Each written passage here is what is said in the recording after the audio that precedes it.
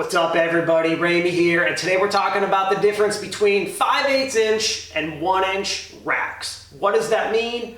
What are the differences between these racks when we're buying them, and how do we make a decision on which one's right for us?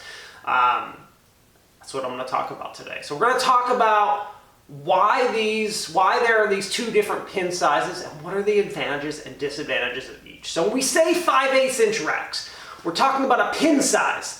When we say 1 inch, we're talking about a pin size. You can see I'm holding two bolts right here at different sizes. I'm going to put a picture up on the screen that's going to show the differences. I threw a penny in there for size so you can kind of see what they really look like when they're next to each other. There is a pretty big difference. The 1 inch is way giant. I mean, it's like the size of my thumb. Like, it's a big bolt.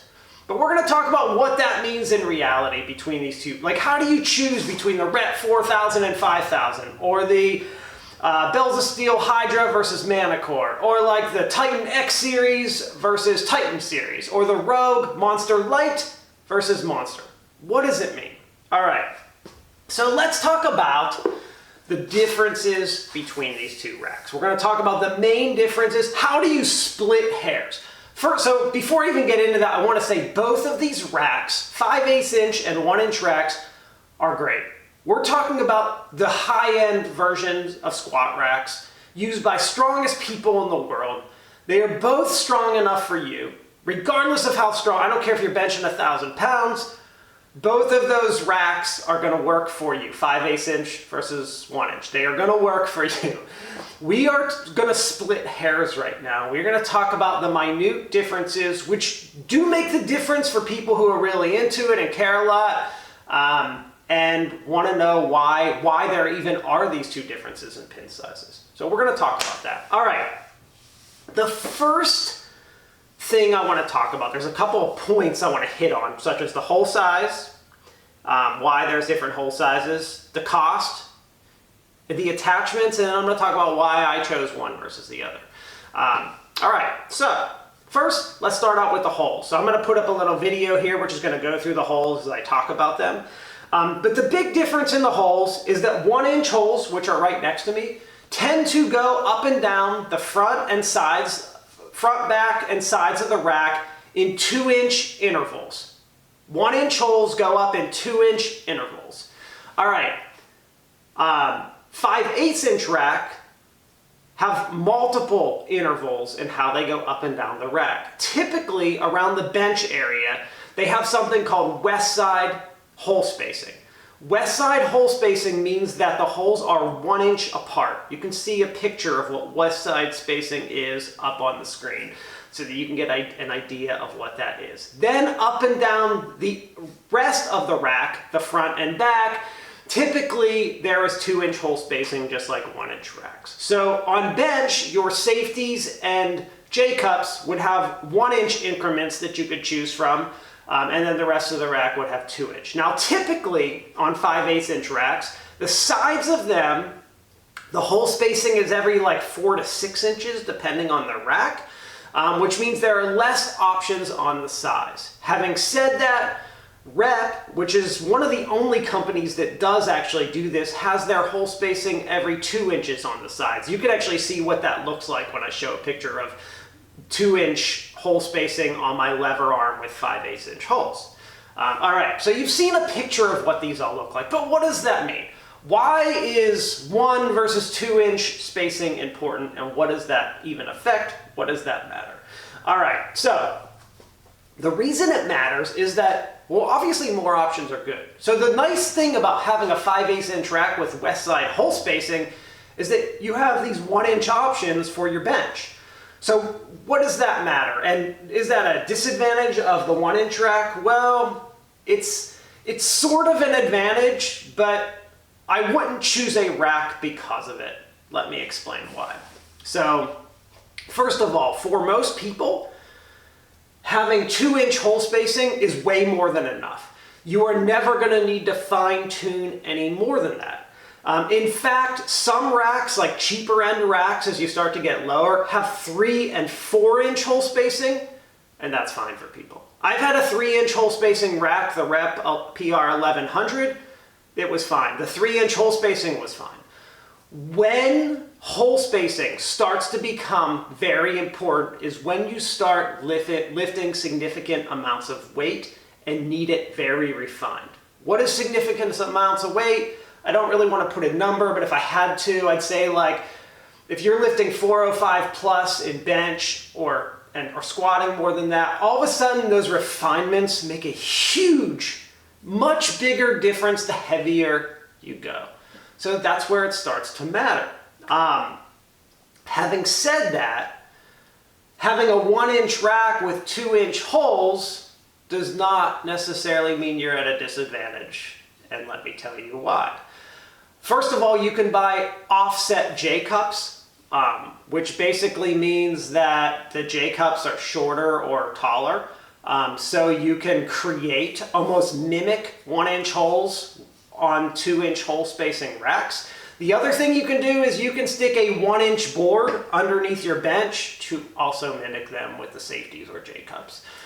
So while west side hole spacing is a visual advantage on a 5/8 inch rack, you can duplicate it on a 1-inch hole spacing rack, 1-inch bolt size rack very easily. So not only can you mimic it, you probably don't need it. Now I know someone's going to comment like, oh, I need it, west side spacing is a must. Okay, but someone with 1-inch you can literally just stick a board under your rack and create the same thing, or use offset J-cups to create the same feature. So while it's a feature of 5/8 inch rack, you can create it on a 1-inch rack if you needed it. So as far as like advantage of hole spacing, I think it's kind of a wash. Only because I don't think the differences matter too much. I think for most people, I've never heard someone with a 1-inch rack really, I know someone's gonna do it in the comment section, but I've never heard someone be like, can't use 1-inch, the hole spacing, it's not enough for me. No, it's pretty much enough for most people. Even 3-inch hole spacing, like the generic cheap racks, is fine for most people. They're not complaining about the spacing of them. All right, so that's the holes on these racks. I know it's a little complicated. I keep talking about like 5-inch, 1-inch, but the basic gist of it is 1-inch hole size racks have 2-inch hole spacing, whereas 5/8 inch rack have west side hole spacing in the bench area. All right, next thing, we get the cost of these two things. So which is more? So most companies consider 1-inch size racks, 1-inch hole size, 1-inch pin bolt size racks, the premium version. So they are typically more money. How much more money? It depends on the company. Typically anywhere from $100 to a few $100s more. Yeah, the racks are more money because so like and you can look at the names to even get an idea. Like Rep, 4,000 is the 5/8 inch bolts, and 5,000 is the 1-inch. Rogue, Monster Light is the 5/8 inch, and the Monster is the 1-inch. So premium version. Now what does that mean? Why would 1-inch be premium? Why? Why would a 1-inch rack be considered the premium? I will tell you why it's premium. In fact, I'll show you why it's premium. The reason that it's more premium are attachments. That's why. The attachments. And why would 1-inch attachments be more premium than 5/8 inch? So for a very simple reason. This attachment that I'm holding right here, called a roller, which I stick on my rack very easily in one hole, and I can put on my weight. This is actually how I do my extensions. I can put all my weight on it, and guess what? It's not gonna bend. The 1-inch pin is so strong that me doing extensions on this will not bend. Guess what? If this roller was a 5/8 inch pin, over time, I would actually probably bend this. Especially if I was using weight and doing extensions like that, or sitting on it, this would start to bend if this was a 5/8 inch pin. So what does that mean? Does that mean that there's no such thing as rollers for 5/8 inch pins, or attachments are different? Not necessarily. What it means is that if there is a roller, because there are rollers for 5/8 inch pins, it is designed a little differently. I'll show a picture up on the screen of reps, but you can see what it does. It has to use 2 or more pin slots for the same exact effect. So 1-inch designs, 1-inch attachments are a little easier for companies to design for. And that's kind of why 1-inch became the premium version, is that it's a stronger bolt that makes attachments easier. Now, are there attachments that are like for only 1/8 and not for 5/8 kind of thing, like only for 1-inch? Not really. Most companies do a good job of developing for both, but the difference here, there are a couple differences here. So first of all, the 1-inch attachments are going to be, they are more premium, they are more money, so you are paying more. The other thing is that companies usually design the attachment for 1-inch racks. And then the 5/8 is like a redesign or an afterthought. That has had some impacts. I've seen that happen with numerous companies. Rep is one that has been doing it forever. When they designed the Rep Aries, it was designed for 1-inch racks. People with 5/8 had to buy new cross members for their racks to install it. Rep still doesn't have safety strap 2.0s for their 5/8 inch racks. They designed them for 1-inch and they still haven't designed them for their 5/8 inch racks. Things like that. There are these little afterthoughts. It's like 5/8 inch becomes the afterthought with attachments. Now, for most people, that's not going to matter. But if you want the premium attachment, there is a difference in the 1/inch and 5/8. Now, something I also want to mention about attachments in 5/8 versus 1-inch. This is something I have noticed throughout the years. I paid attention to. I actually, maybe like a year or two ago, went through and did a full exhaustive search of this. I was looking at all the failures in racks. And actually, the reason I was looking at failures in racks was I was looking at brands to see like if certain brands failed more than another. And I was looking at the attachments that failed. I was looking at attachments by Rogue. Their J-cups failed at one point. Reps had a couple different attachments fail at one point. Titan has had attachments fail at one point. And when I say attachments fail, we're talking about like one set of J-cups out of a million probably failed. Like super extremely low chance of this ever happening. But there was one consistent thing that I kept noticing in all of these failures. The attachments that failed from all of these companies, I'm pretty sure it was 100% of them. I could be wrong. Someone's going to like pull up and be like, no, that wasn't right. There was one that was, okay, let's just say 90% of them were all 5/8 inch attachments that failed. Every one. I couldn't believe it when I was looking at it. I was like, wow. So the J-cup failures, the safety strap failures, were all 5/8 inch attachments. Now, could that just be random? Because we're literally probably talking about like 10 total failures in all these companies. Like we're talking about a handful. Why would that be? Well, my theory about why the attachments failed is at the attachment point, if we're talking about a bad weld on like a J-cup, you can see that if a company messes up and does a bad weld, look at the difference in thickness between these two bolts. If a company does a bad weld on a J-cup and is only covering half of this versus half of this, the weld on the 1-inch bolt, even though it was a bad weld, is probably going to be a little less likely to fail because there's still enough weld there to actually hold our weight. And that's why I think that I saw when there was those very few small failure points, they were with 5/8 inch bolts. Like the J-cup failing and stuff like that. These are failure, when I'm talking about failure points, I'm talking about the failure point of the pin. This is a 5/8 inch pin right here. Failure point of the weld in the pin. Those are the kind of failure points I'm looking at. So I did notice that, and I did want to bring that up because it was interesting when I found it. I wouldn't base my decision of buying a rack based on that, but it was something interesting. Okay, So we talked about why there's the premium version. We talked about attachments. We talked about the holes.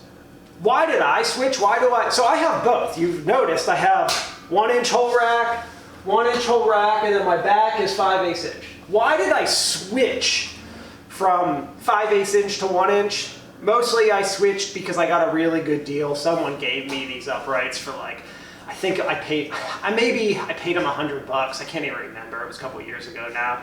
And then at the same exact time, there was a sale on the back part. So it was a deal, basically, is why I did the switch. And my 5/8 inch rack was, I had bought it for an old house. And it was only 80 inches, and I wanted to upgrade to 90 to 100 because my garage is like 10.5 feet high. So like there was a whole bunch of reasons why I upgraded. It wasn't like I was like, oh, I gotta have 1 inch because it's more premium or better or something like that.